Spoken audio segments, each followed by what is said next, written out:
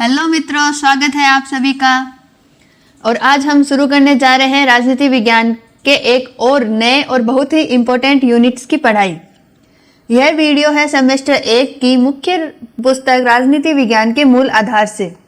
और जो यूनिट आज हम शुरू करने जा रहे हैं वह है यूनिट 2, जिसका नाम है राज्य एवं संप्रभुता। इससे पहले हमने आपके सिलेबस की पूरी जानकारी दी थी और यूनिट 1 को भी पूरा कर लिया था। अगर आपने वो यूनिट्स नहीं देखी तो सबसे पहले वो यूनिट जरूर देख लेना, क्योंकि सेमेस्टर 1 की यह पुस्तक कुल 5 यूनिट में बंटी हुई है और हम इन्हीं 5 यूनिट को 5 अलग अलग वीडियोस में कवर कर लेंगे। यानी राजनीति विज्ञान सेमेस्टर 1 की तैयारी आपको इन्हीं 5 वीडियोस से मिलेगी। और परीक्षा से ठीक पहले आपके लिए एक खास मैराथन भी लाई जाएगी, जिसमें पूरा सिलेबस एक साथ तेजी से रिवाइज करवाया जाएगा। तो अब हम धीरे धीरे हर यूनिट को आसान भाषा में समझेंगे। और आज हम शुरू करने जा रहे हैं यूनिट 2, जिसमें हम पढ़ेंगे राज्य की उत्पत्ति, राज्य की प्रकृति, लोक कल्याणकारी राज्य और संप्रभुता जैसे महत्वपूर्ण विषय। तो अब तैयार हो जाइए, क्योंकि हम इस यूनिट के पहले टॉपिक की शुरुआत करने जा रहे हैं। तो चलिए शुरू करते हैं यूनिट 2, राज्य एवं संप्रभुता। और इस टॉपिक का नाम है राज्य की उत्पत्ति, एक वैचारिक यात्रा। अब जरा ध्यान से सुनिए। राज्य की उत्पत्ति का मतलब होता है राज्य बना कैसे, यानी राज्य पैदा कैसे हुआ, राज्य कहाँ से आया और लोगों ने राज्य बनाने की जरूरत को क्यों महसूस किया। अब जरा सोचिए, जब हम राज्य में रहते हैं जहाँ सरकार है, कानून है, पुलिस है, कोर्ट है, नियम है, क्या ये सब शुरू से ही था? नहीं। शुरुआत में इंसान छोटे छोटे समूह में रहता था। ना कोई सरकार थी, ना नियम और ना ही कोई कानून। हर आदमी अपनी मर्जी से जीवन जीता था। अब यहाँ एक समस्या आई। अगर हर आदमी अपनी मर्जी से जिएगा तो झगड़ा होगा, लड़ाई होगी और असुरक्षा होगी। जैसे स्कूल में टीचर ना हो, ना कोई नियम हो तो क्या होगा? कोई चिल्लाएगा, कोई मारेगा, कोई सीट छीनेगा, मतलब फुल हंगामा। तो उसी तरह जब समाज बड़ा हुआ तो लोगों को लगा कि हमें कोई व्यवस्था चाहिए, कोई नियम चाहिए, कोई ऐसा होना चाहिए जो सबको कंट्रोल करे। यही से राज्य की सोच शुरू हुई। राज्य की उत्पत्ति एक दिन में नहीं हुई। राज्य अचानक से नहीं बना, बल्कि लोगों ने धीरे धीरे सोच विकसित की। राज्य क्यों होना चाहिए, इसी सोच को कहा जाता है वैचारिक यात्रा। यानी राज्य बनने से पहले लोगों के दिमाग में जो विचार आए, उन्हीं विचारों की यात्रा। अब अलग अलग विद्वानों ने राज्य बनाने की अलग अलग कहानियां बताई। कोई कहता है राज्य भगवान ने बनाया, कोई कहता है लोगों ने आपस में समझौता किया, कोई कहता है राज्य धीरे धीरे विकसित हुआ, तो कोई कहता है राज्य अमीर वर्ग ने अपने फायदे के लिए बनाया। मतलब हर विद्वान ने अपनी नजर से राज्य की उत्पत्ति समझाई। अब एक बहुत इजी आपको उदाहरण से देते हैं। जैसे मान लो आप कुछ दोस्त एक हॉस्टल में रहते हो। शुरू में कोई नियम नहीं, कोई देर से आए, कोई शोर करे, कोई खाना छीने, या तुम सब मिलकर रहते हो और कहते हो कि चलो एक मॉनिटर बना लेते हैं, कुछ नियम बना लेते हैं। अब ये मॉनिटर छोटा सा राज्य बन गया, कोई नियम, कोई कानून बन गए। यही प्रक्रिया बड़े समाज में राज्य बनने में हुई। पहले अराजकता थी, फिर नियम की जरूरत पड़ी, फिर राज्य बना। इसलिए राज्य की उत्पत्ति को हम कहते हैं एक वैचारिक यात्रा, क्योंकि पहले सोच बनी, फिर राज्य बना। तो अब इसी यूनिट में हम पढ़ेंगे कि राज्य बनने के 4 बड़े विचार कौन कौन से थे। कौन कहता है राज्य भगवान ने बनाया, कौन कहता है राज्य समझौते से बना, कौन कहता है राज्य धीरे धीरे बना, और कौन कहता है कि राज्य वर्ग संघर्ष से बना। तो इस टॉपिक का मतलब यही है कि राज्य कोई जादू से नहीं बना, राज्य लोगों की सोच और जरूरत से बना है। तो अब जब हम समझ ही गए कि राज्य की उत्पत्ति एक सोच की यात्रा है, तो चलिए अब अगली स्लाइड में हम पहला सिद्धांत पढ़ेंगे, जो कि ये बताता है कि राज्य भगवान ने बनाया। तो चलिए देखते हैं और शुरू करते हैं पहला सिद्धांत। अब हम राज्य की उत्पत्ति के पहले सिद्धांत पर आते हैं और इस सिद्धांत का नाम है दैविक उत्पत्ति का सिद्धांत। दैविक का मतलब होता है ईश्वर से जुड़ा हुआ। यानी इस सिद्धांत के अनुसार राज्य को मनुष्य ने नहीं बनाया बल्कि राज्य को भगवान ने बनाया है। इस सिद्धांत में कहा गया है कि इस राजा ईश्वर का प्रतिनिधि होता है, मतलब राजा भगवान की तरह शासन करता है, भगवान की तरफ से शासन करता है, और इसलिए राजा की आज्ञा मानना भगवान की आज्ञा मानने जैसा माना गया। अब इसे थोड़ा इजी वे में समझते हैं। मान लो कोई व्यक्ति कहे कि मुझे भगवान ने सीधा भेजा है और तुम सबको मेरी बात माननी पड़ेगी, तो लोग तो डरेंगे, उनकी बात भी माननी पड़ेगी। बस यही सोच पुराने समय में राजा के लिए अपनाई गई और लोगों ने बनाया गया कि राजा भगवान का दूत होता है। अगर राजा विरोध करेगा तो पाप लगेगा, इसलिए राजा की सत्ता को कोई चुनौती नहीं देता था। अब जरा सोचो, अगर स्कूल में कहा जाए कि यह प्रिंसिपल भगवान ने चुना है, तो छात्र डरेंगे, हर बात मानेंगे, भले ही वह गलत ही क्यों ना हो। बस यही इस सिद्धांत ने किया। मतलब इस सिद्धांत ने राजा को बहुत ताकत दे दी और जनता को कमजोर बना दिया। अब यह सिद्धांत क्यों आया? क्योंकि पुराने समय में लोग बहुत धार्मिक थे और विज्ञान का ज्ञान नहीं था। लोग भगवान से डरते थे, इसलिए जो भी बात भगवान के नाम पर कही जाती थी लोग उन्हें मान लेते थे। राजा ने इसी डर का फायदा उठाया और कहा मेरी सत्ता भगवान की दी हुई है। अब इस सिद्धांत को एक बड़ी कमी को समझो। अगर राजा गलत काम करे तो क्या होगा? अगर वह अन्याय करे तो क्या होगा? इस सिद्धांत ने राजा से सवाल पूछने की इजाजत नहीं दी, क्योंकि उसे भगवान का आदमी माना गया। इसलिए यह सिद्धांत निरंकुश शासन को जन्म देता है, मतलब राजा जो चाहे वही करेगा। अब आज के समय में क्या यह बात मान सकते हैं? नहीं ना। आज हम कहते हैं राजा नहीं, जनता सर्वोच्च है, सरकार जनता बनाती है। इसलिए आज के समय में दैविक उत्पत्ति का सिद्धांत स्वीकार्य नहीं किया जाता, लेकिन इतिहास में इसका बहुत महत्व रखा गया, क्योंकि यही सिद्धांत सबसे पहले राज्य को समझने की कोशिश करता है। तो इस सिद्धांत का सार यही है कि राज्य भगवान की देन है और राजा भगवान का प्रतिनिधि। अब जब यह सिद्धांत हमें समझ में आ ही गया, तो अब अगली स्लाइड में हम पढ़ते हैं दूसरा सिद्धांत, जो कि कहता है राज्य भगवान ने नहीं, लोगों ने आपस में समझौता करके बनाया है। तो चलिए अब बढ़ते हैं और अगला सिद्धांत शुरू करते हैं। और हाँ, एक बहुत जरूरी बात कि अगर आपको इस यूनिट के बेस्ट नोट्स, महत्वपूर्ण क्वेश्चन आंसर और सारे MCQs, test series, model paper चाहिए तो आप मित्राध्याय का ऐप डाउनलोड कर सकते हैं। इस ऐप का लिंक आपको वीडियो की डिस्क्रिप्शन और पिन कमेंट में मिल जाएगा। और अगर आप चाहें तो इसे सीधा प्ले स्टोर पर जाके मित्राध्याय सर्च करेंगे तो ऐप मिल जाएगा। इस ऐप में हम आपको हिंदी और इंग्लिश दोनों लैंग्वेज में नोट्स मिलेंगे। मतलब जो क्लास आप यूट्यूब में देख रहे हैं उनकी पीडीएफ और नोट्स वहीं मिलेगी। और इसके अलावा आपको ऐसे नोट्स भी मिलेंगे जो बिल्कुल परीक्षा में उत्तर लिखने की शैली में बने होंगे। और अभी तो रिपब्लिक डे का ऑफर भी चल रहा है। इस समय सेमेस्टर फर्स्ट का all in one combo pack offer मिल रहा है, जो कि सिर्फ 149 रुपए में है। और अगर आपको सिर्फ एक ही विषय लेना है तो वह भी आपको एकदम कम प्राइस में मिल जाएगा। तो प्राइस बढ़े उससे पहले आप फटाफट से कोर्स खरीद लीजिए, क्योंकि यह आपके परीक्षा की तैयारी के लिए है, जो बहुत ही ज़्यादा काम आने वाली है। तो लिंक को आप डिस्क्रिप्शन और पिन कमेंट में मिल जाएगा। तो जल्दी से मित्राध्याय क्लासेस ऐप डाउनलोड करें और अपनी तैयारी को अलग लेवल पर लेके जाएं। अब हम राज्य की उत्पत्ति के दूसरे सिद्धांत पर आते हैं, और इस सिद्धांत का नाम है सामाजिक समझौता सिद्धांत। अब जरा ध्यान से सुनिए। इस सिद्धांत के अनुसार राज्य भगवान ने नहीं बनाया, बल्कि राज्य लोगों ने आपस में समझौता करके बनाया। अब समझौते का मतलब होता है आपसी सहमति, यानी लोगों ने मिलकर तय किया कि हमें एक सरकार बनानी चाहिए।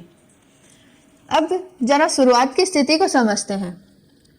पहले न कोई राज्य था, न कोई सरकार थी, न पुलिस और न ही कोई कानून हुआ करता था। हर आदमी अपनी मर्जी से जीवन जीता था और इस अवस्था को कहा गया प्राकृतिक अवस्था। अब जरा सोचो, अगर कोई नियम न हो तो क्या होगा? कोई किसी का सामान ले लेगा, कोई किसी को मारेगा, किसी की जमीन हड़प ले, मतलब डर, असुरक्षा और झगड़ा। जैसे अगर स्कूल में कोई नियम ना कोई टीचर हो तो क्लास में शोर होगा, मारपीट होगी और कोई पढ़ाई नहीं करेगा। तो जब समाज बड़ा हुआ तो लोगों को ये समझ में आया कि ऐसा नहीं चल सकता, हमें कोई व्यवस्था चाहिए, हमें कोई नियम चाहिए, जो कोई ऐसी शक्ति है जो सबको कंट्रोल कर सके। यही से लोगों ने आपस में कहा कि चलो एक सरकार बनाएं, हम कुछ नियम बनाएंगे और कुछ उन नियमों को मानेंगे। यही था सामाजिक समझौता। मतलब लोगों ने अपनी कुछ आजादी सरकार को दे दी और बदले में सरकार ने वादा किया कि वह लोगों की जान और मान दोनों अधिकारों की रक्षा करेगा। अब इसे बहुत आसान उदाहरण से समझेंगे। मान लो तुम और तुम्हारे दोस्त एक कमरे में रहते हैं। शुरू में कोई नियम नहीं, कोई देर से आए, कोई म्यूजिक बजाए, कोई खाना उठा ले। फिर तुम सब मिलकर कहते हो कि चलो एक नियम बना लेते हैं, जैसे रात के 10 बजे के बाद कोई शोर नहीं, सब बारी बारी से कमरा साफ करेंगे। अब ये नियम समझौता है और जिसे तुम मॉनिटर बनाते हो वही छोटी सी सरकार है। बस यही काम समाज में हुआ। लोगों ने राज्य बनाए अपनी सुरक्षा के लिए, इसलिए इस सिद्धांत में राज्य को मानव निर्मित संस्था माना गया। मतलब राज्य आसमान से नहीं गिरा, लोगों की जरूरत से बना राज्य। मतलब अब इस सिद्धांत की सबसे बड़ी बात पर यह है कि सरकार लोगों के लिए, लोग सरकार के लिए नहीं। अगर सरकार लोगों की रक्षा न करे तो लोग उसे बदलने का अधिकार रखते हैं। यही बात बाद में लोकतंत्र का आधार बनी। तो इस सिद्धांत का सीधा मतलब ये है कि लोग डरे, लोग असुरक्षित थे, लोगों ने मिलकर राज्य बनाया, यानी समझौता किया और राज्य बनाया। अब जब हमें यह समझ में आ गया कि राज्य समझौते से बना, तो अब अगली स्लाइड में हम ये देखते हैं कि अलग अलग विद्वानों ने इस समझौतों को कैसे समझाया। सबसे पहले हम पढ़ेंगे थॉमस होब्स का सिद्धांत। तो चलिए आगे बढ़ते हैं और हम होब्स के विचारों को समझते हैं। अब हम सामाजिक समझौता सिद्धांत के पहले विचारक पर आते हैं। इनका नाम है थॉमस होब्स। होब्स ने कहा कि राज्य बनने से पहले इंसान एक ऐसी हालत में रहता था जहां ना कोई नियम था, ना सरकार थी और ना ही कोई कानून था। इस हालात को होब्स ने कहा प्राकृतिक अवस्था।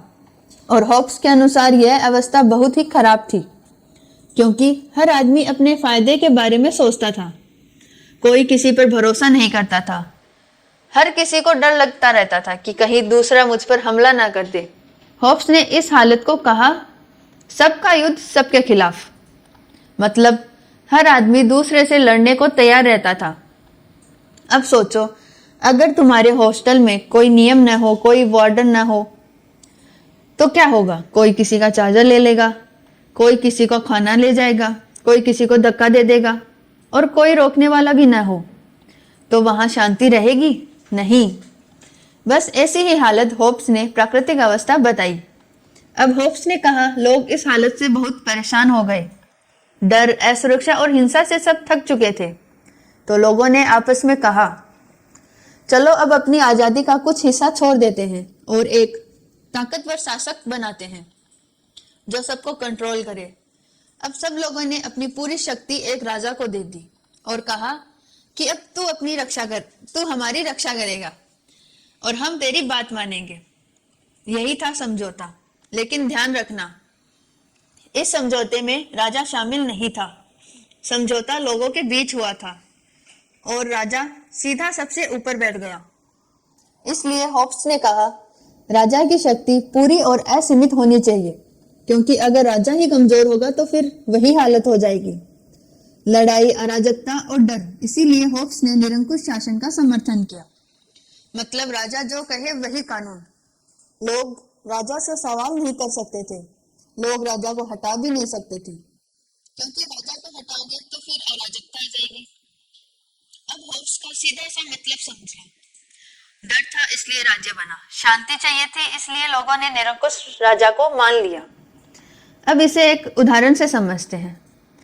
मान लो क्लास में बहुत ज्यादा लड़ाई होती है कोई किसी की बेइज्जती तोड़ देता है, कोई गाली देता है, तो टीचर कहते हैं अब एक सख्त मॉनिटर होगा जो मारेगा भी और डांटेगा भी, ताकि क्लास में शांति बनी रहे। अब बच्चे डर के कारण शांत रहेंगे। ठीक यही सोच होप्स की थी। तो होप्स के विचार निष्कर्ष यह था कि पहले अराजकता थी, डर था, लड़ाई थी, फिर लोगों ने समझौता किया और एक ताकतवर राजा बना दिया ताकि शांति बनी रहे। तो अब जब हमें होप्स के विचार समझ में आ गए तो अब हम अगली स्लाइड में चलते हैं, जहां हम देखेंगे जॉन लॉक के विचार, जो कि होप्स से काफी अलग थे। तो चलिए अब बढ़ते हैं और समझते हैं लॉक के विचार। अब हम सामाजिक समझौता सिद्धांत के एक दूसरे विचारक पर आते हैं और इनका नाम है जॉन लॉक। जॉन लॉक ने होप्स की बात से पूरी तरह समर्थक नहीं थे। होप्स का कहना था कि प्राकृतिक अवस्था बहुत खराब थी, लेकिन लॉक ने कहा नहीं, प्राकृतिक अवस्था इतनी भी खराब नहीं थी। लॉक के अनुसार उस समय भी इंसान के पास कुछ अधिकार थे, जैसे जीने का अधिकार, आजादी और संपत्ति का अधिकार। मतलब लोग पूरी तरह से जंगली नहीं थे। वे समझते थे कि किसी की जान लेना गलत है और किसी की चीज छीनना गलत।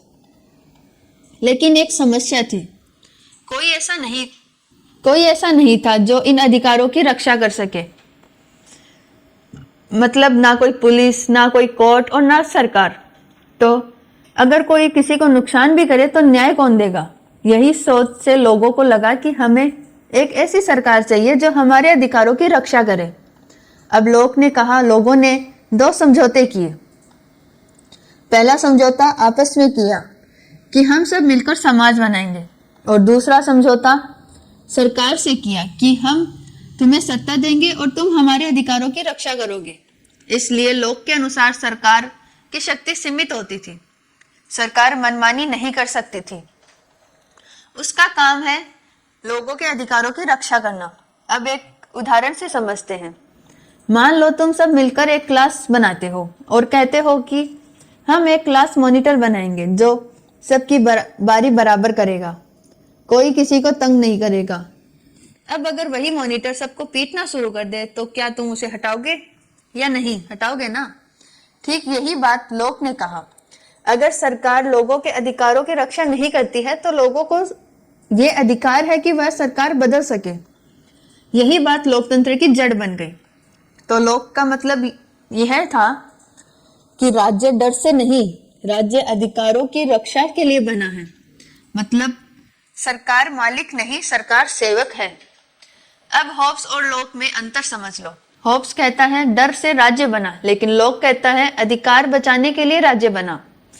होब्स कहता है कि राजा शक्तिशाली हो, वहीं लोक कहता है सरकार सीमित हो।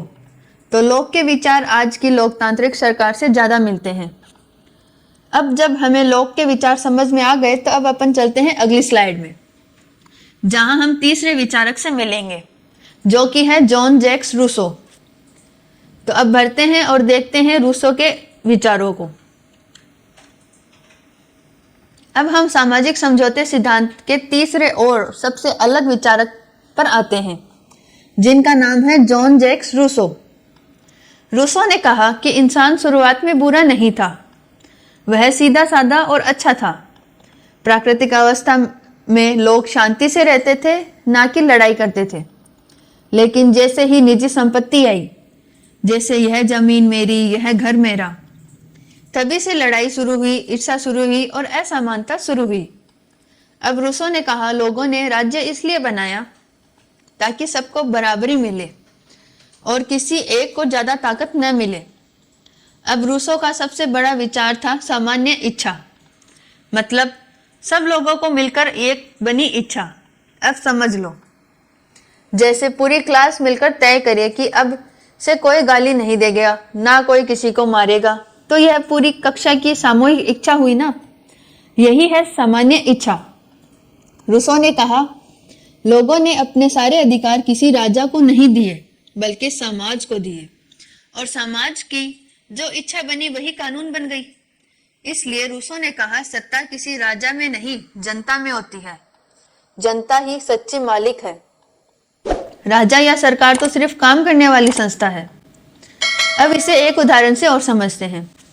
जैसे तुम लोग एक क्रिकेट टीम बनाते हो। टीम में सब खिलाड़ी मिलकर ये तय करते हैं कि कौन कप्तान होगा, कौन प्रैक्टिस होगी, कब प्रैक्टिस होगी और कौन खेलेगा। तो कप्तान मालिक नहीं होता, वह टीम की इच्छा पर कप्तान बनता है। ठीक वैसे ही रूसो कहता है कि सरकार जनता की इच्छा से बनती है और जनता की इच्छा से ही चलती है। इसलिए रूसो के विचार लोकतंत्र के सबसे पास है, क्योंकि वह कहता है जनता ही सर्वोच्च है और जनता कानून की सामूहिक इच्छा है।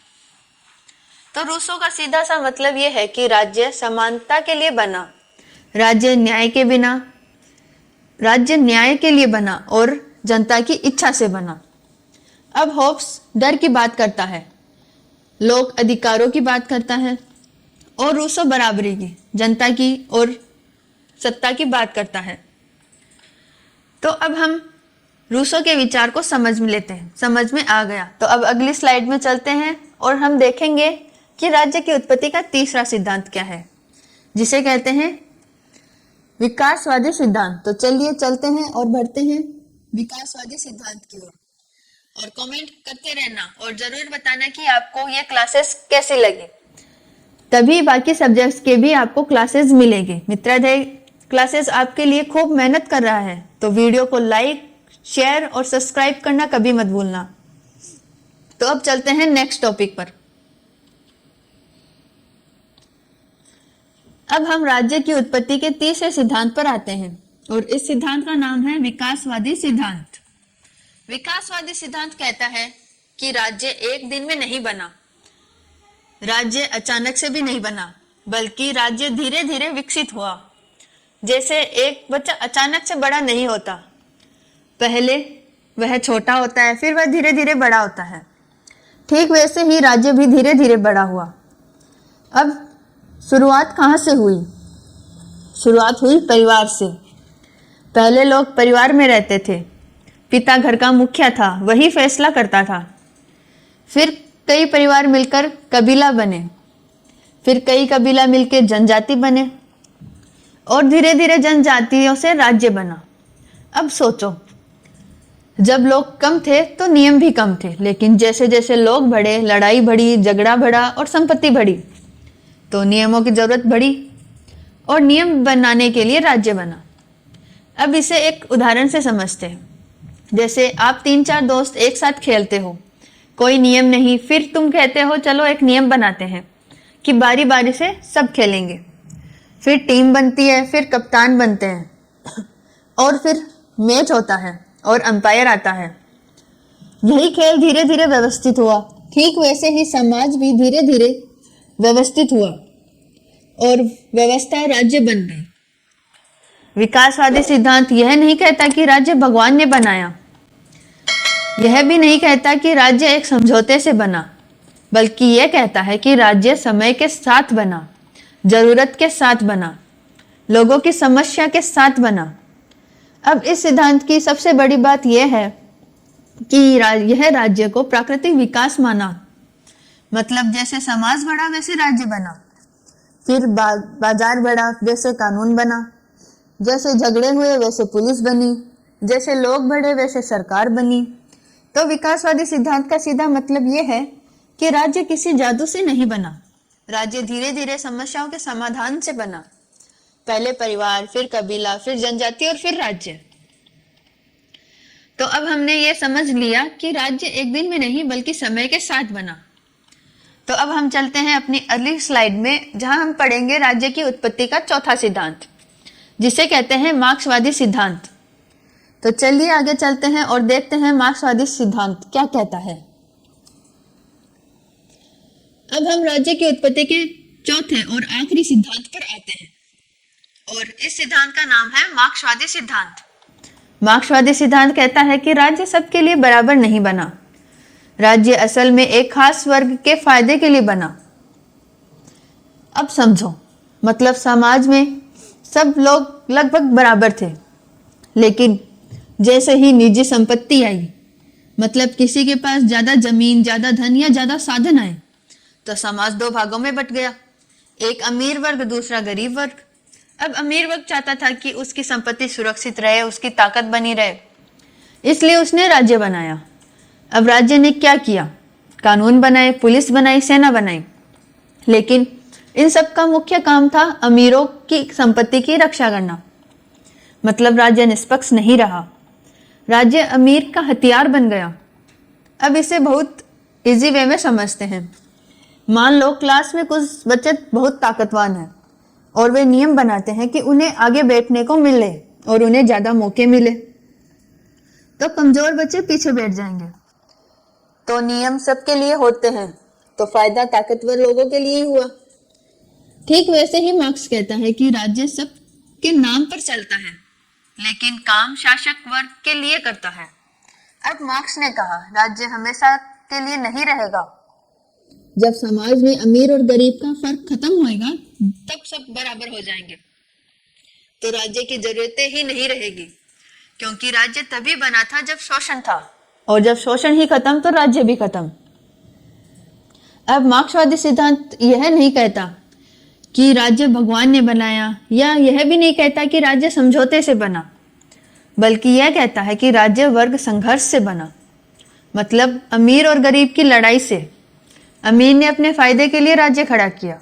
तो इस सिद्धांत का सीधा मतलब यह है कि राज्य एक वर्ग की सुरक्षा के लिए बना, राज्य सबके लिए समान नहीं बना, राज्य शोषण को बनाए रखने का साधन बना। अब इस सिद्धांत को हम यह समझ में आ गया कि राज्य को सिर्फ ऊपर से नहीं देखा जा सकता, हमें यह भी देखना चाहिए कि राज्य किसके लिए काम करता है। तो मार्क्सवादी सिद्धांत हमें राज्य के पीछे की आर्थिक ताकत समझाता है।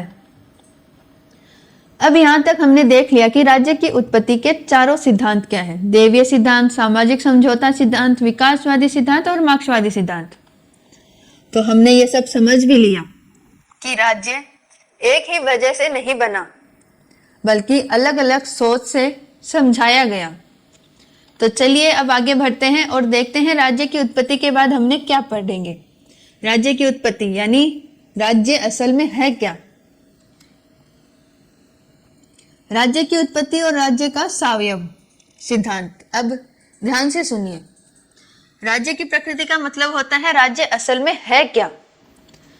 राज्य सिर्फ सरकार का नाम है, या राज्य एक बड़ी संस्था। अब अलग अलग विद्वानों ने राज्य को अलग अलग तरीके से समझाया। इन्हीं में से एक तरीका है सावयव सिद्धांत। अब सावयव का मतलब क्या होता है?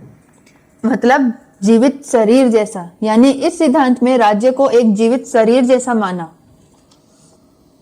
जैसे हमारे शरीर में अलग अलग अंग मिलकर अंगों से बना है, जैसे हाथ, पैर, आंख, कान, दिल, दिमाग, और हर अंग अपना अपना काम करता है, लेकिन सब मिलकर एक शरीर को चलाते हैं।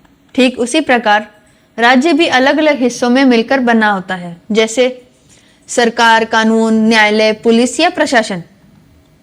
ये सब राज्य के अंग हैं। अब समझो, सरकार काम करती है, कानून बनाती है, न्यायालय न्याय देता है, पुलिस सुरक्षा देती है, और प्रशासन व्यवस्था चलाता है। मतलब हर संस्था अपना काम करती है, लेकिन सब मिलकर राज्य चलाती है। अब इसे एक और उदाहरण से समझते हैं। मान लो एक स्कूल में प्रिंसिपल, टीचर और क्लर्क, चपरासी, गार्ड है। अगर टीचर न हो तो पढ़ाई कैसे होगी? अगर गार्ड ना हो तो सुरक्षा के नहीं होगी, और अगर प्रिंसिपल ही न हो तो व्यवस्था कैसे चलेगी? मतलब हर कोई जरूरी है। ठीक वैसे ही राज्य भी हर संस्था जरूरी है। इसलिए सावयव सिद्धांत कहता है राज्य एक जीवित शरीर की तरह है। इस सिद्धांत में एक और बात कही गई कि जैसे शरीर के अंग अकेले नहीं रह सकते, वैसे ही व्यक्ति अकेला नहीं रह सकता। व्यक्ति राज्य का अंग है और राज्य व्यक्ति से बड़ा है। मतलब व्यक्ति का काम राज्य के लिए काम करना। और अब यहीं पर इस सिद्धांत की एक कमी भी है, क्योंकि आज के समय में हम कहते हैं राज्य लोगों के लिए है, लोग राज्य के लिए नहीं। लेकिन सावयव सिद्धांत राज्य को बहुत बड़ा और व्यक्ति को छोटा मानता है। फिर भी इस सिद्धांत की एक अच्छी बात भी है। यह हमें यह सिखाता है कि राज्य में सबका योगदान जरूरी है। कोई भी संस्था अकेली नहीं चल सकती, सबको मिलकर काम करना पड़ेगा। तो राज्य की प्रकृति यहाँ पर यह बताती है कि राज्य कोई मशीन नहीं, राज्य एक जीवित व्यवस्था है जिसमें हर हिस्सा एक दूसरे से जुड़ा है। अगर एक हिस्सा खराब हो जाए तो पूरा राज्य प्रभावित हो जाएगा। जैसे अगर शरीर का दिल बीमार हो जाए तो पूरा शरीर कमजोर हो जाएगा, वैसे ही अगर न्याय व्यवस्था खराब हो जाएगी तो पूरा राज्य कमजोर हो जाएगा। इसीलिए सावयव सिद्धांत राज्य को एक संगठित और जीवित संस्था मानता है। तो इस स्लाइड का सीधा मतलब ये है कि राज्य अलग अलग संस्थाओं का समूह है।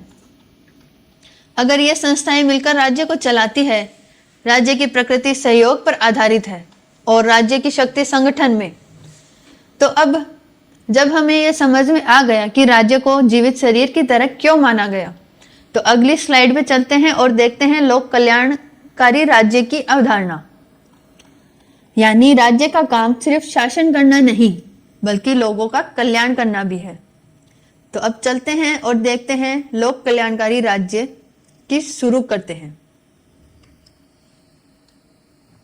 अब हम राज्य की प्रकृति के बाद एक बहुत ही महत्वपूर्ण विषय शुरू करते हैं और इस विषय का नाम है लोक कल्याणकारी राज्य। लोक कल्याणकारी राज्य का क्या मतलब होता है? ऐसा राज्य जो सिर्फ शासन नहीं बल्कि लोगों का भला करे। मतलब राज्य का काम सिर्फ कानून बनाना नहीं और सजा देना नहीं, राज्य का काम है लोगों की जिंदगी बेहतर बनाना।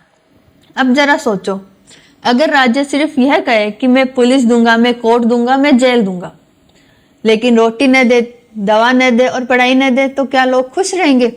नहीं ना। इसलिए लोक कल्याणकारी राज्य ये कहता है कि राज्य मालिक नहीं, राज्य सेवक है जो जनता की सेवा करता है। अब लोक कल्याणकारी राज्य क्या क्या करता है? यह स्कूल खोलता है, कॉलेज खोलता है ताकि हर बच्चा पढ़ सके। यह अस्पताल बनाता है ताकि बीमार आदमी इलाज करवा सके। यह बूढ़े लोगों को पेंशन देता है ताकि बुढ़ापे में कोई भूखा न रहे। यह गरीबों को राशन देता है ताकि कोई भूखा न सोए। यह बेरोजगारों को काम देता है ताकि लोग इज्जत से जी सके। अब इसे एक आसान उदाहरण से समझते हैं। मान लो एक परिवार है और घर का मुखिया सिर्फ डंडा लेकर बैठ जाए और कहता है कि नियम मानो वरना मारूंगा, लेकिन खाना नहीं देता, दवा नहीं देता, कपड़ा नहीं देता, तो क्या वह अच्छा मुखिया है या नहीं? नहीं। अच्छा मुखिया वह होता है जो नियम भी बनाए और परिवार का ध्यान भी रखे।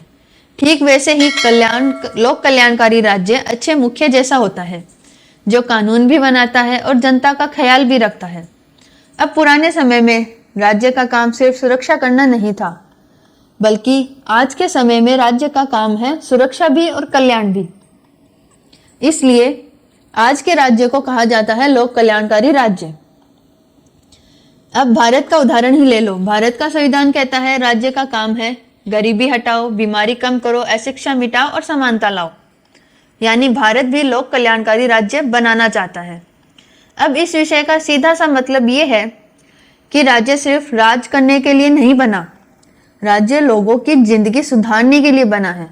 राज्य तभी अच्छा है जब जनता खुश हो, जनता सुरक्षित हो, शिक्षित हो और स्वस्थ हो। तो लोक कल्याणकारी राज्य का सही अर्थ यही है। राज्य लोगों का दुश्मन नहीं, राज्य लोगों का सहायक है। तो अब हमने इसे भी समझ लिया कि लोक कल्याणकारी आखिर होता क्या है। तो अब चलते हैं अगली स्लाइड पर और हम पढ़ेंगे संप्रभुता, यानी राज्य की सबसे बड़ी शक्ति। तो चलिए अब आगे बढ़ते हैं और शुरू करते हैं राज्य संप्रभुता का विषय। अब हम यूनिट 2 के अगले और सबसे महत्वपूर्ण विषय पर आते हैं और इस विषय का नाम है संप्रभुता। अब ध्यान से सुनिए। संप्रभुता का मतलब होता है सबसे बड़ी शक्ति, यानी राज्य के अंदर जिसकी बात आखिरी मानी जाए वही संप्रभु शक्ति होती है। अब जरा आसान भाषा में समझते हैं। अगर स्कूल में कोई झगड़ा हो जाए तो अंत में किसकी बात मानी जाएगी? प्रिंसिपल की। क्यों? क्योंकि वही सबसे ऊपर है, उसकी सत्ता भी है। ठीक उसी प्रकार राज्य में सबसे ऊपर जो शक्ति होती है वही कहलाती है संप्रभुता। मतलब राज्य में कानून कौन बनाएगा, नियम कौन तय करेगा और आखिर फैसला कौन देगा? यह सब संप्रभुता से तय होता है। अब समझो, अगर किसी देश में यह कह दे कि हम राज्य के नियम नहीं मानेंगे, तो राज्य राज्य नहीं रह जाएगा, क्योंकि राज्य की पहचान ही संप्रभुता से होती है। जहां संप्रभुता नहीं वहां राज्य नहीं। अब संप्रभुता की एक और बात समझो। संप्रभुता किसी एक आदमी की नहीं होती, संप्रभुता राज्य की होती है। सरकार बदल सकती है, राजा बदल सकता है, लेकिन राज्य की संप्रभुता शक्ति चलती रहती है। जैसे एक उदाहरण से और समझते हैं। मान लो क्रिकेट चल रहा है, खिलाड़ी बदल सकते हैं, कप्तान बदल जाता है, लेकिन अंपायर की आखिरी बात हमेशा मानी जाती है, क्योंकि उसके पास आखिरी शक्ति है।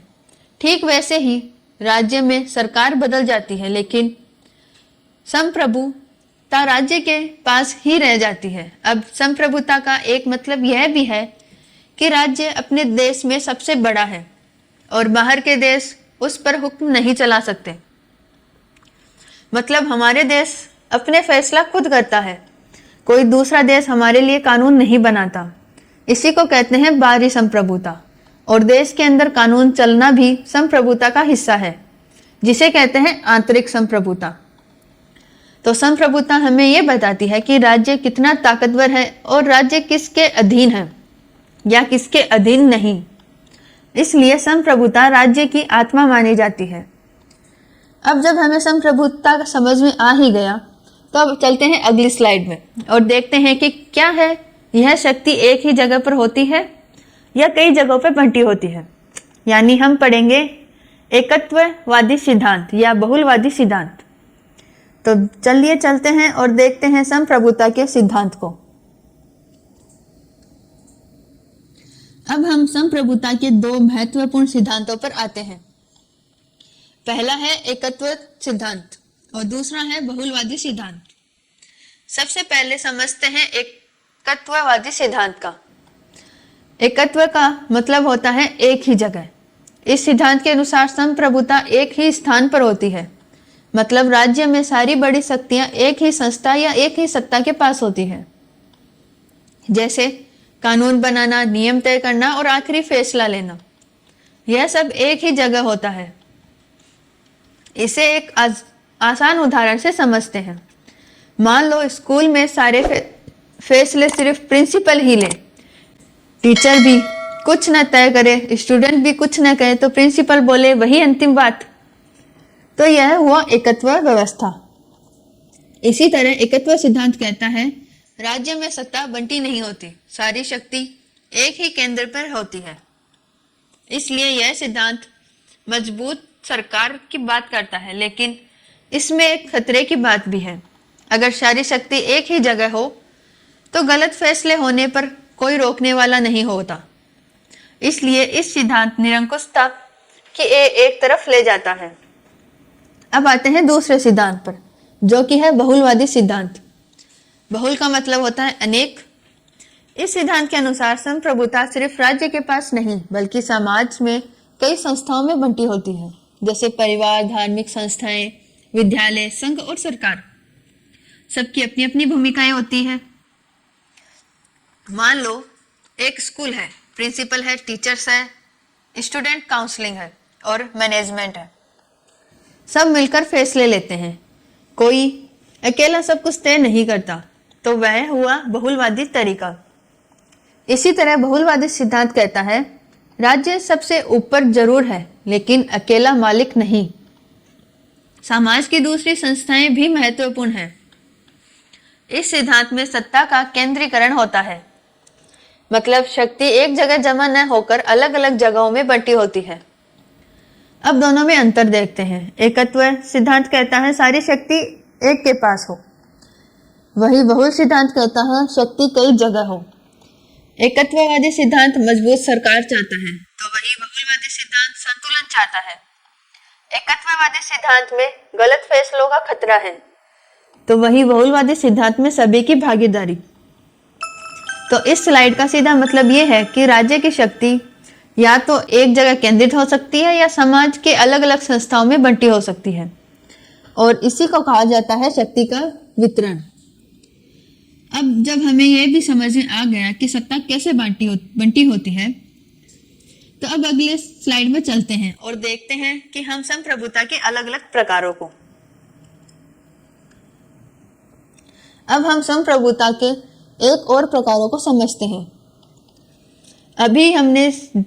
अभी तक हमने जाना कि संप्रभुता सबसे बड़ी शक्ति है। अब सवाल यह है कि क्या यह शक्ति सिर्फ एक की ही तरफ होती है? नहीं, संप्रभुता अलग अलग रूपों में पाई जाती है। सबसे पहले हम समझते हैं आंतरिक संप्रभुता और बाह्य संप्रभुता। आंतरिक संप्रभुता का मतलब होता है देश के अंदर राज्य की शक्ति, मतलब राज्य अपने नागरिकों पर कानून चला सकते हैं, नियम बना सकते हैं और सजा भी दे सकते हैं। अब इसे एक उदाहरण की तरह समझते हैं। जैसे घर के अंदर माता पिता के नियम चलते हैं, कौन कब आएगा, कौन क्या करेगा, यह सब आंतरिक अधिकार है। ठीक वैसे ही देश के अंदर सरकार के अधिकार आंतरिक संप्रभुता है। अब बाह्य संप्रभुता का मतलब समझते हैं। देश के बाहर राज्य की स्वतंत्रता, मतलब कोई दूसरा देश हमारे ऊपर हुक्म नहीं चला सके, हम अपने फैसले खुद करते हैं। जैसे तुम अपने घर के फैसले खुद करते हो, पड़ोसी तो नहीं आता करने, वैसे ही देश अपने फैसले खुद करता है। अब दूसरे प्रकार है विविध संप्रभुता और राजनीतिक संप्रभुता। विविध संप्रभुता का मतलब होता है कानून नजर में सबकी बड़ी शक्ति है, मतलब कानून कौन बनाएगा। जैसे हमारे देश में संसद कानून बनाती है, तो कानून की दृष्टि से वही सर्वोच्च हुई। अब राजनीतिक संप्रभुता का मतलब होता है वास्तविक शक्ति, जिसके पास है वह जनता, जिसके पास है और वह होती है जनता के पास, क्योंकि जनता ही सरकार बनाती है और सरकार को गिराती है। अब उसे एक उदाहरण से समझते हैं। मान लो स्कूल के नियम डायरी में लिखे हैं, यह हुआ विविध शक्ति, लेकिन पूरी क्लास मॉनिटर को मानने से मना कर दे, तो असल शक्ति क्लास के पास हुई। यही हुआ राजनीतिक शक्ति। अब तीसरा प्रकार है राष्ट्रीय संप्रभुता और लोकप्रिय संप्रभुता। राष्ट्रीय संप्रभुता का मतलब होता है राज्य सर्वोच्च है, मतलब राज्य की शक्ति राष्ट्र में निहित है। अब लोकप्रिय संप्रभुता का मतलब होता है जनता सर्वोच्च है, मतलब शक्ति सीधे जनता में होती है। सरकार जनता की इच्छा से बनती है और जनता की इच्छा से चलती है। जैसे क्लास में मॉनिटर छात्रों की वोट से चुना जाता है, तो शक्ति छात्रों के पास है। अब इन सब का सीधा सा मतलब यह है कि संप्रभुता सिर्फ एक शब्द नहीं, बल्कि यह कई रूपों में समझी जाती है। देश के अंदर भी शक्तियां होती है, देश के बाहर भी स्वतंत्रता होती है, कानून की नजर में सभी शक्ति होती है, और वास्तविक जीवन में भी शक्ति होती है, और राष्ट्रीय में भी शक्ति होती है, और जनता में भी शक्ति होती है। तो संप्रभुता के अलग अलग प्रकार हमें ये बताते हैं कि राज्य की शक्ति कैसे काम करती है और किस स्तर पर काम करती है। अब यहाँ हमने ये समझा कि यूनिट 2 के मुख्य विषय को देख लिया। तो अब हम चलते हैं अगली स्लाइड में और इस पूरे यूनिट की एक छोटी सी पुनरावृत्ति करेंगे, ताकि आपको ये पूरा अध्याय एक साथ क्लियर हो जाए और दिमाग में बैठ जाए। तो चलिए अब आगे बढ़ते हैं और रिवीजन स्लाइड को शुरू करते हैं। अब हम यूनिट 2 की रिवीजन स्लाइड पर आ गए। अब यहाँ ध्यान से सुनना। इस यूनिट में हमने पढ़ा राज्य और संप्रभुता, यानी राज्य कैसे बना, राज्य क्या है और राज्य की सबसे बड़ी शक्ति कौन सी है। सबसे पहले हमने समझा राज्य की उत्पत्ति एक वैचारिक यात्रा, मतलब राज्य एक दिन में नहीं बना, लोगों की सोच और जरूरत से राज्य बना। फिर हमने देखा दैविक उत्पत्ति का सिद्धांत।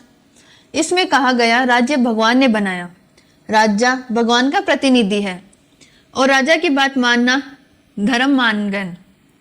फिर हमने पढ़ा सामाजिक समझौता सिद्धांत। इसमें कहा गया राज्य लोगों ने आपस में समझौता करके बनाया, लोगों ने कुछ अपनी आजादी दे दी और बदले में सुरक्षा पाई। फिर हमने देखा होब्स के विचार। होब्स ने कहा पहले डर था, लड़ाई थी, अराजकता थी, इसलिए लोगों ने एक ताकतवर राजा बनाना ताकि शांति बनी रहे। फिर हमने पढ़ा लोक के विचार को। लोक्स ने कहा लोगों के पास पहले से अधिकार थे, राज्य इन अधिकारों की रक्षा के लिए बना। अगर सरकार गलत काम करे तो उसे बदलने का हक जनता को है। फिर हमने समझा रूसो के विचार। रूसो ने कहा इंसान शुरू से अच्छा था, संपत्ति आई, असमानता आई, राज्य बराबरी और न्याय के खिलाफ बना, न्याय के लिए बना सॉरी, और जनता सत्ता में होती है। फिर हमने पढ़ा विकासवादी सिद्धांत। इसमें कहा गया राज्य धीरे धीरे बना, पहले परिवार, फिर कबीला, फिर जनजाति, फिर राज्य, मतलब राज्य समय के साथ विकसित हुआ। फिर हमने मार्क्सवादी सिद्धांत पढ़ा। इसमें कहा गया कि राज्य अमीर वर्ग के फायदे के लिए बना, राज्य शोषण का साधन बना, और जब वर्ग खत्म होंगे तो राज्य भी खत्म हो जाएगा। इसके बाद हमने पढ़ा राज्य की प्रकृति और सावयव सिद्धांत। इसमें यह कहा गया कि एक जीवित शरीर राज्य है। जैसे शरीर के अंग मिलकर काम करते हैं, वैसे ही राज्य की संस्थाएं मिलकर काम करती हैं। फिर हमने देखा लोक कल्याणकारी राज्य। इसमें कहा गया राज्य का काम सिर्फ शासन करना नहीं, राज्य का काम है लोगों का कल्याण करना, शिक्षा देना, रोजगार देना और गरीबी कम करना और इलाज देना। फिर हमने पढ़ा संप्रभुता। संप्रभुता का मतलब सबसे बड़ी शक्ति, राज्य में आखिरी फैसला जिसका होगा वही संप्रभु शक्ति, और राज्य की पहचान संप्रभुता से होती है। फिर हमने पढ़ा एकत्ववादी सिद्धांत। इसमें कहा गया कि सारी शक्ति एक ही जगह होती है। और बहुलवादी सिद्धांत, इसमें कहा गया शक्ति अलग अलग संस्थाओं में बंटी होती है। फिर हमने ये पढ़ा संप्रभुता के प्रकार, आंतरिक और बाह्य मतलब, देश के अंदर की शक्ति और देश के बाहर की स्वतंत्रता, विविधता और सामाजिक मतलब, कानून की शक्ति और वास्तविक शक्ति, राष्ट्रीय और लोकप्रिय मतलब, राष्ट्र की शक्ति और जनता की शक्ति। तो इस पूरे यूनिट में सिंपल सा मतलब यह है कि राज्य कैसे बना, राज्य कैसे काम करता है और राज्य की ताकत कहां से होती है। अब आपने यह सब ठीक से समझ लिया, तो अब यूनिट 2 आपकी पूरी तरह से समझ में आ गई। ऑल राइट मित्रों, आज हमने सेमेस्टर फर्स्ट की राजनीति विज्ञान की क्लास अटेंड की, और जिस किताब से हमने ये पढ़ा उस किताब का नाम है राजनीति विज्ञान के मूल आधार। और आज हमने यूनिट 2 कंप्लीट कर ली। उम्मीद है कि आपको ये क्लास समझ में आई होगी और आपका यह विषय क्लियर भी हो गया होगा। अब अगर आपको इस क्लास के नोट्स, महत्वपूर्ण क्वेश्चंस और सारे स्टडी मटेरियल चाहिए तो आप उसके लिए मित्राध्याय का ऐप डाउनलोड कर सकते हैं। नोट्स का लिंक आपको वीडियो के डिस्क्रिप्शन और पिन कमेंट में मिल जाएगा। तो जल्दी से ऐप डाउनलोड कीजिए और अपनी तैयारी को मजबूत कीजिए। तो बस आज के लिए इतना ही। कल मिलते हैं सेम टाइम सेम जगह। तब तक के लिए जुड़े रहिए आपके अपने स्टडी मित्राध्याय क्लासेस के साथ। धन्यवाद।